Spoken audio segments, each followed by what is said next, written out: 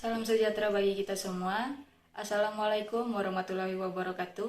Perkenalkan, nama saya Tesilia Tinangon dengan NIM 211011177. Program Studi Psikologi, Fakultas Pendidikan Universitas Manado.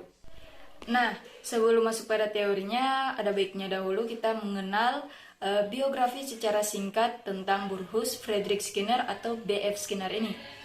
B.F. Skinner lahir pada tanggal 20 Mei 1904 di Susquehanna, Pennsylvania, Amerika Serikat. Skinner mendapat gelar BA-nya dalam sastra bahasa Inggris pada tahun 1926. Wah, selama masa belajar di Harvard, ia mempelajari tingkah laku binatang yang kemudian mengembangkan beberapa prinsipnya dalam metode ilmiah.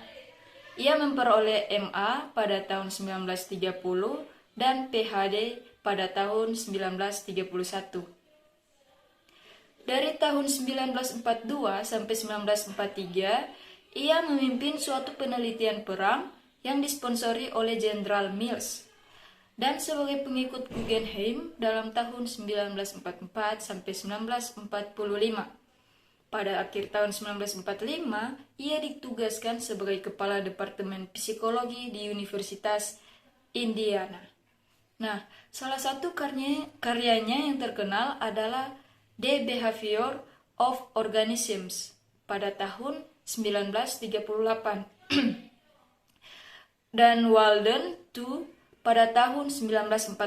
Selanjutnya ada Science and Human Behavior pada tahun 1953 dan memulai menulis Verbal Behavior pada tahun 1957. Selama ia menghabiskan waktu bertahun-tahun di Middle West, produk yang dikeluarkan oleh Skinner seperti Skinner Box, Baby Box, dan perancangan mesin-mesin pengajaran pada tahun 1948. Ketika anak keduanya yang bernama Deborah lahir. Pada tanggal 18 Agustus 1990, Skinner meninggal dunia karena penyakit leukemia. Nah, selanjutnya kita masuk pada teori-teori Skinner. Menurut Skinner, kepribadian merupakan hasil dari sejarah penguatan pribadi individu atau Individual's Personal History of Reinforcement. Walau pembawaan genetis turut berperan, namun penguatan-penguatan menentukan perilaku khusus yang terbentuk dan dipertahankan serta merupakan khas bagi individu yang bersangkutan. Dalam hubungan dengan kepribadian manusia, Skinner menolak semua teori yang mengatakan bahwa tingkah laku manusia didasarkan pada agen hipotesis seperti self, ego, dan sebagainya. Skinner juga menolak adanya agen internal dalam diri manusia yang menjadikan manusia memiliki otonomi atau kemandirian dalam bertingkah laku. Otonomi manusia, menurut Skinner, hanyalah sebuah konsep untuk menjelaskan sesuatu yang belum mampu kita jelaskan. Keberadaan atau manusia otonom bergantung pada pengetahuan kita, dan dengan sendirinya tidak diperlukan lagi apabila kita telah mengetahui lebih banyak tentang tingkah laku. Jadi, manusia tidak otonom, tidak dapat berdikari, tidak dapat menentukan tindakannya sendiri, melainkan tergantung pada stimulus respons dalam realitas kehidupannya. Bagi Skinner, studi mengenai kepribadian itu ditujukan pada penemuan pola yang khas dari kaitan antara perilaku organisme dan berbagai konsekuensi yang diperkuatnya. Selanjutnya, Skinner menguraikan sejumlah teknik yang digunakan untuk mengontrol perilaku. Kemudian diantaranya dipelajari oleh social learning teoristis yang tertarik dalam modeling dan modifikasi perilaku. Teknik tersebut adalah sebagai berikut. Yang pertama ada pengekangan fisik atau physical restraints. Yang kedua, bantuan fisik atau physical aids. Yang ketiga, mengubah kondisi stimulus atau changing the stimulus conditions. Yang keempat, manipulasi kondisi emosional atau manipulating emotional conditions. Yang kelima, melakukan respons-respons lain atau performing alternative response. Yang keenam, menguatkan diri secara positif atau positive self-reinforcement. Yang ketujuh, menghukum diri sendiri atau self-punishment. Skinner membedakan perilaku atas yang pertama, perilaku yang alami atau innate behavior, atau yang biasa disebut respondent behavior, yaitu perilaku yang ditimbulkan oleh stimulus yang jelas. Yang kedua, perilaku operan atau operant behavior, yaitu perilaku yang ditimbulkan oleh stimulus yang tidak jelas atau tidak diketahui, tetapi semata-mata ditimbulkan oleh organisme itu sendiri. Bagi Skinner, faktor motivasional dalam tingkah laku bukan bagian elemen struktural.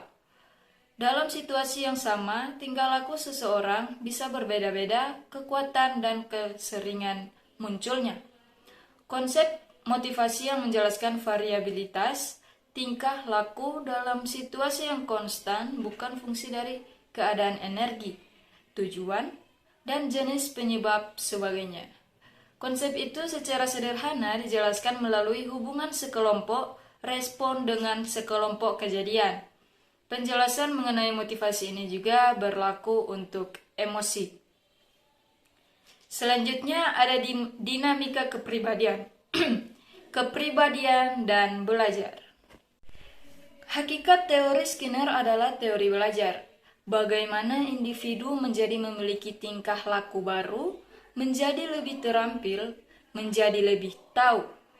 Dia yakin bahwa kepribadian dapat dipahami dengan mempertimbangkan tingkah laku dalam hubungannya yang terus-menerus dengan lingkungannya.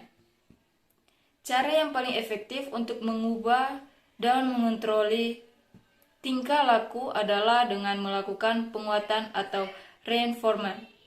Suatu strategi kegiatan yang membuat tingkah laku tertentu berpeluang untuk terjadi atau sebaliknya, atau berpeluang tidak terjadi pada masa yang akan datang. Konsep dasarnya sangat sederhana, yakni semua tingkah laku dapat dikontrol. Yang kedua, tingkah laku kontrol diri. Prinsip dasar pendekatan Skinner adalah tingkah laku disebabkan dan dipengaruhi oleh variabel eksternal. Tidak ada dalam diri manusia, tidak ada bentuk kegiatan eksternal yang mempengaruhi tingkah laku. Pengertian kontrol diri ini bukan mengontrol kekuatan di dalam self, tetapi bagaimana self mengontrol variabel-variabel luar yang menentukan tingkah laku. Yang selanjutnya stimulan aversif. Stimulan ya guys. Jadi stimulasi aversif adalah lawan dari stimulan penguatan, sesuatu yang tidak menyenangkan atau bahkan menyakitkan. Perilaku yang diikuti oleh stimulan aversif akan memperkecil kemungkinan diulanginya perilaku tersebut pada masa-masa selanjutnya. Definisi ini sekaligus menggambarkan bentuk pengkondisian yang dikenal dengan hukuman. Selanjutnya ada conditioning klasik atau classical conditioning. Conditioning klasik disebut juga conditioning responden karena tingkah laku dipelajari dengan memanfaatkan hubungan stimulus-respon yang bersifat refleks bawaan. Yang selanjutnya ada conditioning operan atau operant conditioning. Sistem tingkah laku, kata Skinner, terdiri dari dua hal, yaitu responden dan operan atau peran. Singkatnya, setiap tingkah laku individu disebabkan oleh stimulus yang selalu mendahului respons. Misalnya menyempitkan mata karena sinar, menggigil karena dingin, dan sebagainya. Orang pertama yang mempelajari pengkondisian ini adalah Ivan Pavlov dengan pengkondisian klasiknya lewat penelitian keluarnya air liur anjing.